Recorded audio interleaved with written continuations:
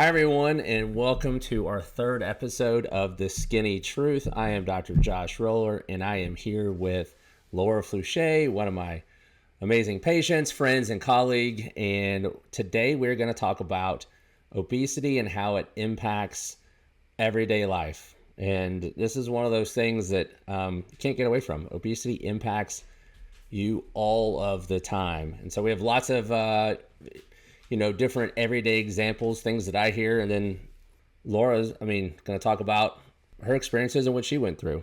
Laura, you want to start? Yeah, definitely. Also, you can find the Skinny Truth podcast on all major platforms, including Apple Podcasts, Spotify, and YouTube if you'd like to watch the video. And as always, we would love it if you would like, subscribe, rate, comment. It really helps with the engagement, and we so appreciate it. So yeah, this topic, I feel like resonates with a lot of people. The sure. ways that obesity just affects our everyday life. I know for me, I almost weighed 400 pounds, and every single day my weight affected something that I did. Every single day. One of the things that we hear a lot, and this is where people decide it's what I call the aha moment. This is the moment that obesity said, it has just impacted your life so much you need to do something about it. And for some people, it's not being able to bend over and tie their shoes anymore, or going to a restaurant and getting set at a booth and not fitting. But there's those kind of social things, but then there's just the everyday challenges: showering, bathing, putting on clothes, not being able to shop for certain things. So did you experience any of those kind of events? Absolutely, I did. Tying my shoes. I could not tie my shoes. I couldn't bend down to tie my shoes. I would have to have my husband tie my shoes. Shopping for clothes was pretty much not a thing for me when I got obese. I avoided it at all costs. And the things that I did wear were just the stretchiest, longest, comfiest things I could find because I wasn't able to fit in jeans or any tight fitting things. Another thing that really comes to my mind is stairs. So we have stairs in our house, and when I was overweight, I probably went months without going upstairs because it was such a challenge to walk up the stairs for me. Well, and that's, just things like, what are your kids doing upstairs? How clean are their rooms? And you find yourself, and a lot of parents do that are dealing with obesity. You just would rather not go up there and find out because you physically can't. And right. It impacts parenting. Just that kind of stuff. I remember my brother would hide dishes and mustard and ketchup and all sorts of stuff upstairs. And, my mom didn't want to go up the stairs and catch him. But those are the things that, little things like you want to go up the stairs. You want to, right. Hey, did you bring your laundry down here? Like I asked you to. So what would you tell yourself about not going upstairs? Like, how did you avoided it? And did it was like, oh, I don't need to this time. I'm sure it's fine. Luke mostly would do it. Luke would be the one to go upstairs, and I just didn't go because, like I said, it was so much work to walk up those stairs for me. And thinking about the stair topic, that's something that when I was obese, I would think about when I was going places. Are there going to be stairs that I have to walk up? Or is there an elevator to take? Those are the things that go through someone's mind every single day, trying to prepare themselves of what's to come and how they're going to, overcome that. Well, I will never forget, we used to do live seminars where people would come and we'd talk about weight loss surgery and is it right for you? So right now it's, everything's online, but back in the day, 16 and a half years ago, it was in person. And the very first one we did was in the hospital conference room, which was, you had to walk to get there from the hospital parking lot. And I remember walking in, getting ready to start, and passing somebody that I knew was there for the seminar, but was going the wrong way. And I stopped and I said, are you looking for our seminar? And she's like, yes, but it's too far. I can't make it. And I'm like, you're almost there. Just follow me. We're almost there. But that's one of those things you realize, as a bariatric surgeon, is it is tough. So now, like if you've ever been to my office and little things, you realize why there's so much parking directly in front of the doors. So you don't have to make that struggle. Or when you walk in and you're in a waiting room, are the chairs the skinny kind with the arms? Yes. Are they armless? Why? I mean, those are things that you probably would scout out and research and want to know about before going to do things. Absolutely. The chair one is a really big one. And that one comes to mind. Like if you're ever going to like an outdoor gathering, like a barbecue, and people would have lawn chairs out. And I mean, I can still remember, like I would go and I would just stand and people would say like, here's a chair. Do you want to sit? And I was scared to sit. First, am I going to fit in this chair? And then second, am I going to break this chair? And I would just stand the whole time I was there. It is truly impacts your psyche, and everything you do. And you start planning your life around obesity. And it takes control over every single aspect of it. Did you find yourself as the weight came on kind of withdrawing from participating in things or traveling? And I mean, what did it do to you personally as far as those kind of things? Absolutely. As I put the weight on, I started to withdraw. I didn't want to do anything. I didn't want to go to family functions even. I would try to make excuses on why I couldn't go. Didn't want to do anything with friends. I was just so isolated. And I isolated myself from the world because I was so worried about how my weight would affect those things, but also so ashamed of myself. And I just didn't want to be seen. As far as traveling, we avoided any air travel. So that really limited the places we could go. And was it the walking in the airports? Was it this is one we hear a lot, having to ask for a seatbelt extender in front of a whole plane full of people. And then of course, the airline attendants, they make a big production out of it. And we hear that one a lot here for our people that have to travel for work. Yeah. The seatbelt extender was a big thing. And I actually bought my own seatbelt extender because I didn't want to have to ask for a seatbelt extender and just be mortified. And I even so different airlines have different seatbelts, like Southwest has their own, American. So I even bought like multiple ones so I was covered, because it's humiliating to have to ask for something like that. So yeah. So would you agree with this? And this is kind of my take on it, is as the weight comes on, as it limits your ability to do things and be social and do family activities and travel and all of the things, you stop doing it. You start withdrawing from those things, which leads to more isolation, more depression, more weight gain. More weight. And then more, even more isolation, more depression, more weight gain. You get into this vicious cycle of not doing things. One we hear a lot about is the boost. Going to a restaurant just out to eat, but wanting a table, but the very thought of being sat at a booth and say, no, I can't sit there, is enough to keep people from going away. We talked about, gyms. Obviously, one of the things that you want to do to try to lose the weight if you're not having surgery is go to the gym. But that's really putting yourself out there with all the people looking at you and staring or perceived staring at you and this kind of thing. Did you experience that? Yeah. I can remember multiple times I would think, oh, I should just go to the gym. But I was, honestly scared to go out of fear of what others would think of me going, looking silly. And now I say, nobody's looking at you. Like everybody's doing their own thing. But when you're in that position, you do feel like, and that's the thing with obesity, you feel like the whole world is watching you all the time. Like you stick out like a sore thumb. That's what it feels like. Well, and this is not just adults either. This is kids, and a third of our kids now are, or even up to half now, are overweight or obese. And I'll never will forget a patient I saw, a 13-year-old that was close to 400 pounds. And obviously the workup that we do in interviews, it's a lot more intense for a 13-year-old. It's a teenager.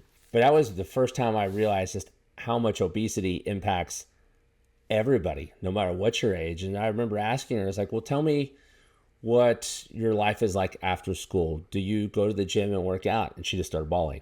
I was like, oh my gosh, what did I say? I said, well, tell me, what do you not? She goes, last time I was there, the kids, kids can be just brutally mean, called me a fat pig. And I was like, okay, I would never go to the gym again either if that happened to me. Absolutely. I said, well, what about walking in your neighborhood, or jogging in your neighborhood? And more tears. And I was like, okay, this is not going the way I wanted this to Right. go. What happened now? And she's like, kids would roll down their windows and yell at me, those same horrible things. And that was my first insight, is like, this girl did not feel safe anywhere except her house. And that was kind of our job now, is to help her feel safe, like lose the weight and help you feel safe. And that was her moment. That was, as we can get into it, is kind of what I call the aha moment, where a person finally stops withdrawing and says, it is time. This is time. And for her, that was the thing in the neighborhood. And when her mom, brought her in, and we did her surgery, and she lost lots of weight. And then I'll never forget, just 2 weeks later at her post-op appointment, she's down 25 or 30 pounds. And instead of, it was, she was smiling. And it was one of the most rewarding surgeries that I've done. But, for her, it's not diabetes, high blood pressure, and heart disease. It was, I'm trapped in my body. I'm trapped in my house. I can't get out anywhere. So Right. What was your moment? When did you say, I have to do something? So I feel like I had like several times that I was like, okay, I have to do something. And I would start like, some diet. One that really stands out, this wasn't when I decided to have bariatric surgery, but I vividly remember I bought Luke tickets to go see, he's a St. Louis Cardinals fan. I'm a Royals fan. And so I was like, I'm going to buy him tickets to go watch them play each other. It was like July, middle of the summer, so hot. And we went up to sit in our seats, and typically we try to buy seats that are, or we used to try to buy them like in the aisle, so we didn't have to sit with a whole bunch of people. Well, our seats were like smack dab in the middle of a long aisle. And I remember going and sitting down, and I was like pouring over the edge. And the lady next to me, I think, was irritated. I was so incredibly uncomfortable. And we sat there for maybe 5 minutes. And I told Luke, I can't sit here. Like, I can't do this. In that moment, I was like, I can't even go to a baseball game because of how uncomfortable I am in the seat. And we stood the whole time up high. And it's just, and these are things that people that haven't struggled with obesity don't understand because they've never been there, but it literally affects everything we do. No doubt about that. And, even things like bathing, cooking dinner, you just name it, getting up, going up your stairs in your house, every single aspect of your life is impacted by it. And so this is where, I struggle as a surgeon when I go out in public and I see people struggling. I see it, and I'm like, I know exactly, why that person's standing off to the side and their family's over there. If you go to, Silver Dollar City around here is a big deal. It's in Branson. It's about 2 hours from where we live in Fayetteville, but amazing amusement park. But it is like hilly and lots of walking, and you'll just see people sitting on benches without their family while their family's off doing their things. And that always gets me a little emotional, just I can help this person, Mm-hmm. and it's how do you get somebody to feel that moment? And ultimately, what I've concluded is it's not anything that anybody can do except for the person. You just make that decision that enough's enough and I'm going to take care of this. Yep. They just have to be ready to make the change because no one can do it for them. I would say it's probably at least one patient a week that Dr. Kristen will see where they come in and their aha moment was Silver Dollar City last week and Wow. got on the ride. The bars wouldn't come down. And a lot of our patients even have a name. They call it the walk of shame, where they make them get off the ride right then and there. And maybe they're with their child or not. Maybe they're with their kid, and now the kid can't ride the ride because they're not. They have to have an adult. And those are just some really brutal experiences. Not everybody's that way. I had a really funny patient once that was a guy, and he was a like a face model, I guess you would call it. He modeled, took pictures, but mostly of his face. And I will never forget this. He came to the office one afternoon. This was when he was signing up, and the Northwest Arkansas Mall is really close to our office. And he came over and said, I want an appointment. I need an appointment right now. I am starting this thing. I am losing the weight. Like, hold on. There's a process here. But when he made his appointment, he came and said, what happened? Like, what was your moment? Because I was at the Dillards and I was shopping, and the guy came over to me and said, well, maybe you need to be looking over there in the big and tall section. And he goes, and I knew right then that I wasn't tall. So he was telling me I'm in the wrong section. So he goes, I just got in my car. I was humiliated, and I went straight to your office. And that was his moment. Is the guy at Dillard's told him he needed to shop in a different section. And he's like, this is not what I signed up for. And then he had surgery last, so he was great. He came in and talked for us multiple times. He was funny. He never knew what he was going to say. But that's those are the moments. Yeah. Like I knew I wasn't tall. So right. He was telling me to go somewhere else. That's so funny. Yeah, we all have the moments, and they all might look different, but then they're all the same. And I feel like we all can resonate with every single struggle people have with obesity. Yeah, there's no doubt about it. And then you look at the way, and this is another aspect of how obesity impacts your everyday life. I can't even begin to tell you the number of patients that we've worked on that have been at their jobs for a long time. After they have the surgery and start losing the weight, then they start climbing that corporate ladder. Then they start getting promoted. And I don't think it's necessarily obesity discrimination. I think a lot of it has to do with confidence, and I am going to speak up during these team meetings. I have more confidence in myself, and I am going to put myself out there and, let people know that I am smart. I am intelligent. I can contribute. We see that a lot. I mean, we're talking people flying up the chain after their surgery. Yeah, I would agree. It's confidence. I mean, as you start to lose weight and become more confident, it changes everything. I mean, confidence affects every part of our life. And yeah, look at you, Laura Flusche, now, social media star, influencer. Could you ever have imagined that before the surgery? No, I couldn't. I can't imagine putting myself on a platform in front of thousands of people. And I mean, the truth is I get negative comments. I mean, it's just the reality of it. And previously, if I would have done that before at my higher weight, I would have been absolutely devastated. Like, I probably couldn't have handled it. And now I'm confident enough to know, like, this isn't about me, and I just move on with it. But no, I would never. It's actually funny. The other day I shared a scale on my Instagram, and as I was recording myself stepping on the scale with my weight, I was like, 2 years you wouldn't have caught me dead sharing my weight with the world or getting on a scale. I mean, I hardly even got on a scale as it was just for myself, much less like for the whole world to see. And it's just, yeah, I'm confident now. It's confident. You've got your your life back because of it. And so there are these things that, as you do these surgeries over the years, and we're in our third different office space and final office space, but just to accommodate growth and more patients, more surgeons, and that kind of thing.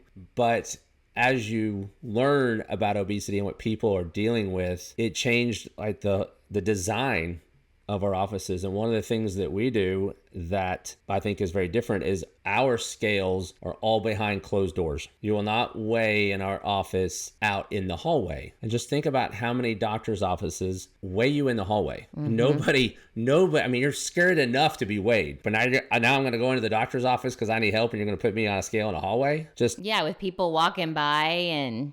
I mean, where anybody can see. And it's little things like that I know that Kristen and I have learned over the past 16 years about, what put just the fact that arms on chairs make people uncomfortable. There's no way I would have thought about that when I was starting this process. And you do now. And one of my favorite things, we have some extra wide chairs, and I've got, especially in some of my tougher patients, when I say tougher, I mean like 500-600 pound patients. I love when I'm doing their pre-op, I'll say, okay, I'm going to get a picture of you in that chair right now. It's an extra wide chair. It has arms, but they're taking up all of it. And this one guy that we did, he was probably close to 650, and now he's lost 400 something pounds. So I got a picture of him in that same chair, and he's half of it. He is half of the chair. Crazy. It is, the things, and I think society tries to do a decent job of accommodating this thing, but we're still not there yet. But ultimately, the best way to get rid of all this is just to lose the weight, whether that's through surgery or any other method. Lose the weight, because it does impact every single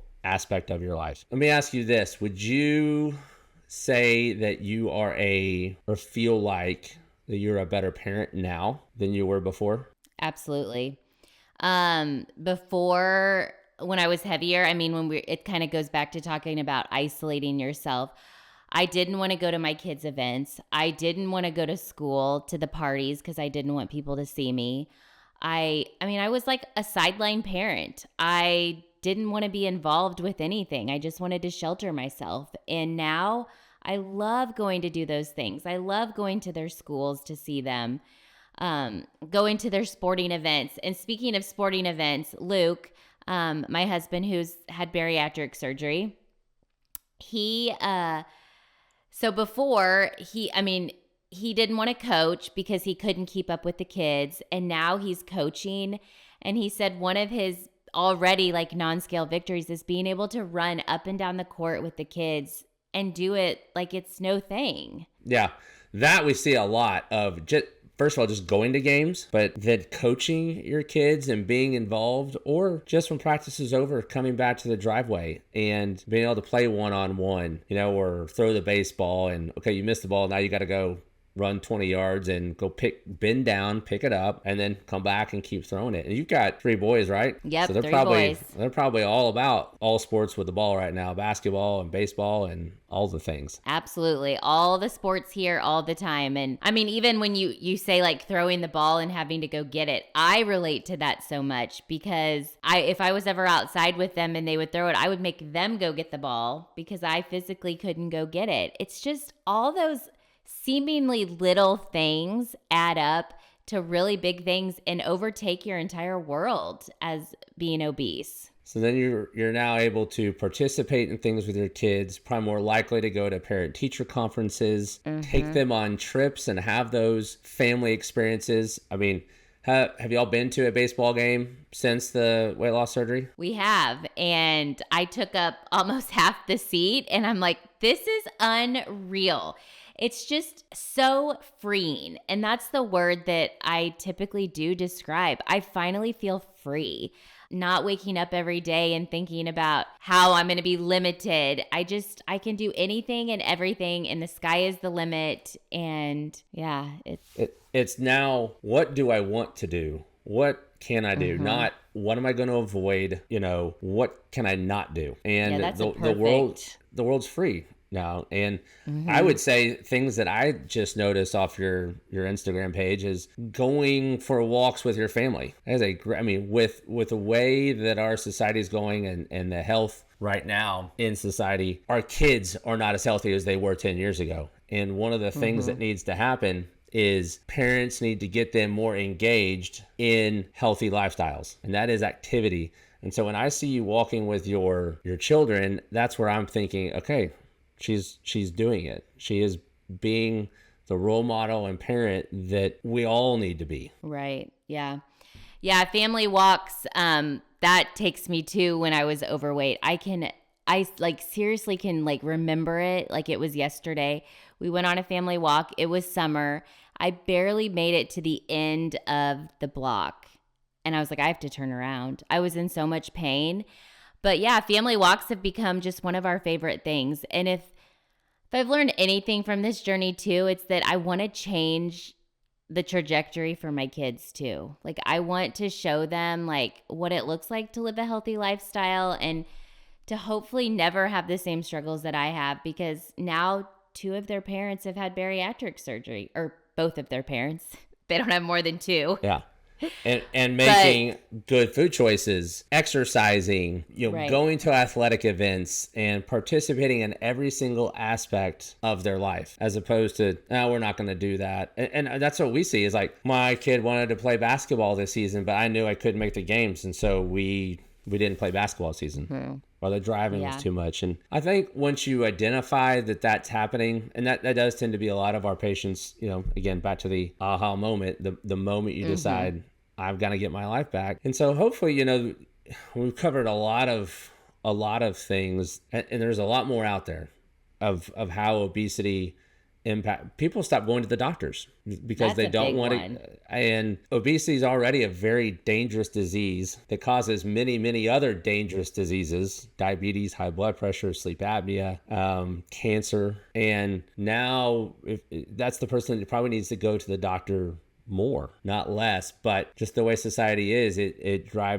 obesity keeps people at home, and it keeps them withdrawn, and it keeps them from engaging in society. And so that's why that was one of the things that I caught on to very early when I was training in bariatric surgery, is how it gives people their life back, not just getting their health back, but life back. And one of the last stories I'll share on this episode, but it was a 79-year-old patient that had come in for weight loss surgery, and the average life expectancy for an American is 74. So she had lived past her, so it's not like I can say I can add years to your life if you lose weight. And ultimately, I just asked her, so why do you want to do this? And she said, she had a walker. That's how she got around. She goes, I don't want to use this anymore. I do not want to be a burden on my family.